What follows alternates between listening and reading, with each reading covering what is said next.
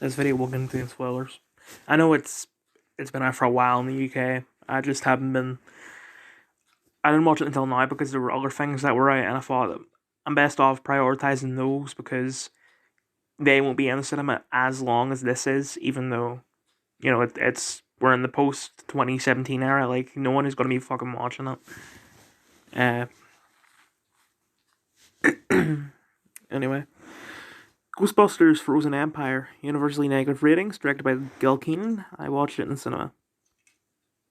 Finn Wolfhard, Bill Murray, Paul Rudd, Ernie Hudson, Carrie Coon, Dan Aykroyd, James Acaster, Camille Nanjiani, Patton Oswalt. Yeah. Um. Before actually getting into the review itself, I did have a bit of history of this film, even before Afterlife came out, because there is an account I follow on Instagram called Movie Facts, and I remember at the start, somewhere in the start of 2021, he said, "Oh, if I were to make a podcast about films, would you watch it?" And at the time, I hadn't seen a podcast ever. I did want to watch David Tennant's podcast, but I didn't know where I could watch it because I didn't have Spotify at the time, and it isn't on YouTube. So, but turns out that account is, I don't think it's actually run by him, but I think he just has some sort of contribution to it. But Alex Sane has something to do with it. He is I guess his main job would be a celebrity interviewer. Um, and that's what this podcast was. It's called Just Facts, and it's just him interviewing people who have new things coming out. And this, I think it's the second person he interviewed was Gil Keenan, and they were talking about him doing Ghostbusters. But then I remember Afterlife came out, and it was like directed by Jason Reed, and I was like, wait, what the fuck? What? I thought it confused the hell out of me. Um, I didn't know who Gil Keenan was until I seen that because I can't think. I don't think I've seen anything that he's done other than this. And then later on, I think it was still before Afterlife came out. He posted a thing about Camille Nanjiani and someone else being a Ghostbusters, and then Afterlife came out. I was like, where the fuck is Camille?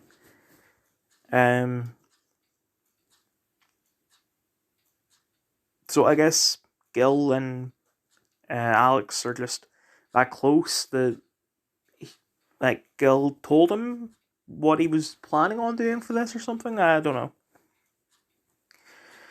Another thing I want to say, I don't know if I was thinking about this when I did Afterlife because I didn't see the leftovers until after I seen Afterlife. But you know, I was watching and I was thinking, right, girl plays Callie looks familiar. She looks like Jennifer Holland, but obviously it's not going to be Jennifer Holland when she's too busy with DC. And it kind of looks like Perdita Weeks, but like she doesn't do an American accent in Magnum PI. She probably wouldn't do an American accent in this. Um,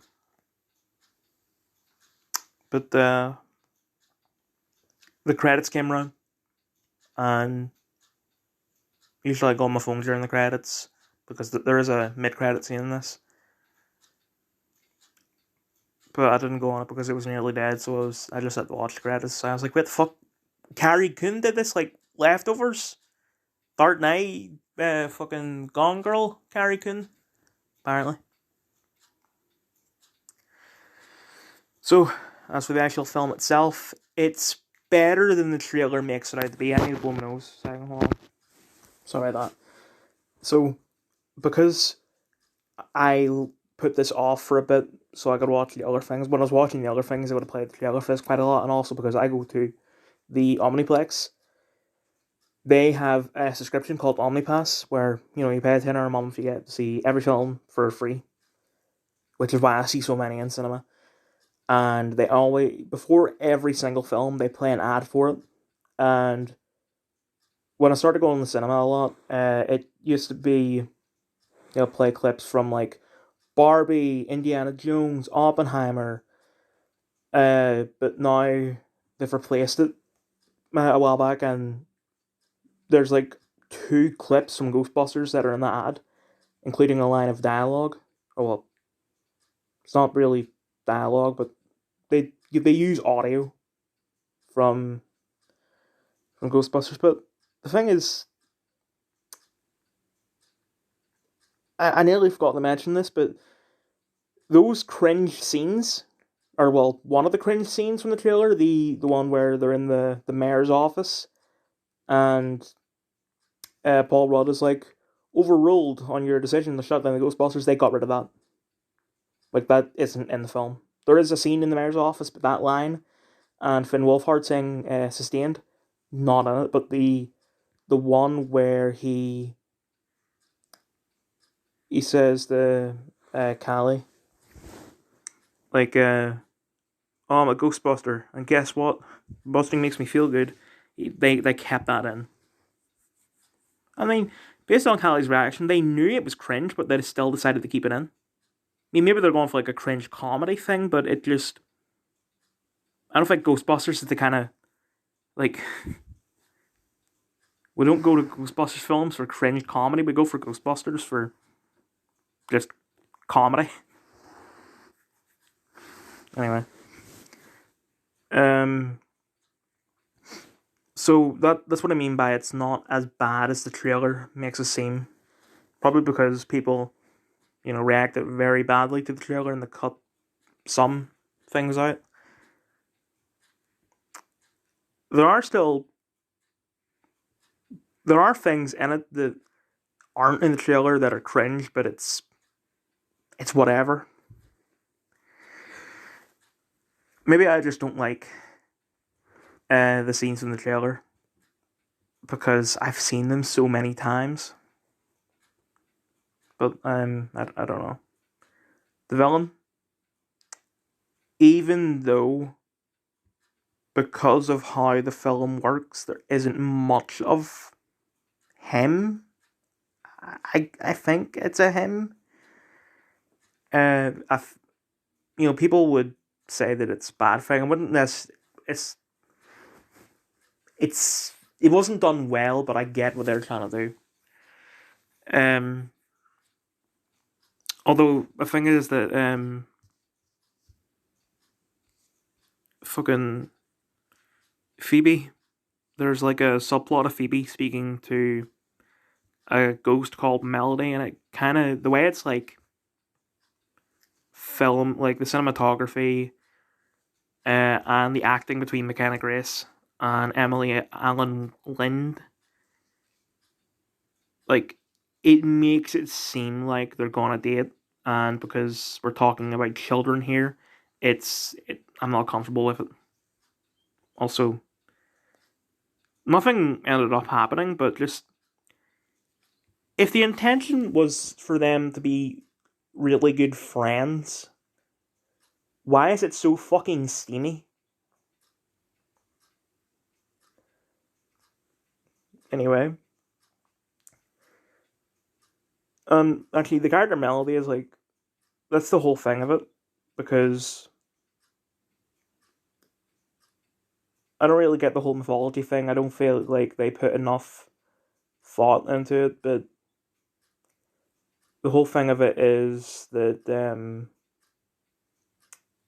villain can sort of brainwash or hypnotize ghosts, but instead of hypnotizing them, brainwashing them, whatever, he decides to blackmail Melody, or at least based on the dialogue, it makes it seem like that he's blackmailing her rather than hypnotizing her. Because I feel like if you're being hypnotized, you don't really know what you're doing, but she knows what she's doing. Because she apologizes to Phoebe, and it's like, oh, can I see my family now? So, it makes it seem like it's more like blackmail, but I mean, she's a fucking ghost. What can you really blackmail her with? But the whole plot of it is that Phoebe and Melody become friends, and they become such good friends in so short a time that Phoebe decides to try this experimental procedure where basically she becomes a ghost for 2 minutes. And that was the whole plan. Melody was supposed to make sure that Phoebe becomes a ghost so that the bad guy, I forget his name, uh, he can, like, he can hypnotize the ghost Phoebe and use that hypnotism to make the physical body of Phoebe say some magical incantation that releases him. And this happens maybe 3/4 into the film. And then, yeah. But it's not like that was the inciting incident. The inciting incident happens when the exciting incident is supposed to happen, but it wasn't written well. They didn't put enough thought into it because, based on the trailer and based on the scenes in the actual film, it makes it seem like that all you need to do is touch the orb or something similar to that to release the bad guy. And that's what they do. They touch it a couple of times. It seems like something's going to happen, but it doesn't until 3/4 through, where you have the scene with Phoebe and Melody. I think that's all I have to say. I'm a little disappointed that Bill Murray only had like maybe 10 minutes screen time and maybe 3 lines. And though 2 of those lines appear in the trailer, so it's like you've already seen everything that there is to see of him in the trailer. Because there's a scene where he like analyzes what's wrong with Kumail's character, and then he appears at the end. He's like, "Oh, can I be of assistance?" And then later on, when the bad guy actually shows up, he's like, "Oh, heads up, tall, dark, and horny at 12 o'clock." Like both those last 2 lines are in the trailer, and I feel like the tall, dark, and horny one, I feel like people like my generation are going to be like, "Oh, that's so cringe." Excuse me, closing the door. But I mean, that's just Bill Murray. They might associate Bill Murray with like Ant-Man and the Wasp: Quantumania, but I mean, Bill Murray is a fucking legend for a reason. He is really funny, and I quite like that tall, dark, and horny line. It's a little cringe, but it's Bill Murray. I'm not saying he's perfect, but don't hate on him because he a boomer. So I don't think there's anything else I can say without repeating myself. So just despite all the bad things I've said about it, I do, as I said, it is, I would call it a good film. Actually, there's one more thing I have to say. I don't know if this appeared in Afterlife, but the film starts with, it says Ghost Core, and it says a Sony company. So, they seem to have set up their own production company to make Ghostbusters films. But, I mean, I don't know how much of a success Afterlife was, but I mean, with how much of a fuck up this was, at least in the box office, I don't get why they would make another one, but I mean, that's been Hollywood recently, so. But I feel like setting up your own production company just to make Ghostbusters films, I feel like it's going to be more than sequels. It's probably going to be spin-offs and shit, which, depending on how they do that, I think could go well. Maybe not financially, but quality-wise, I think it'd be nice.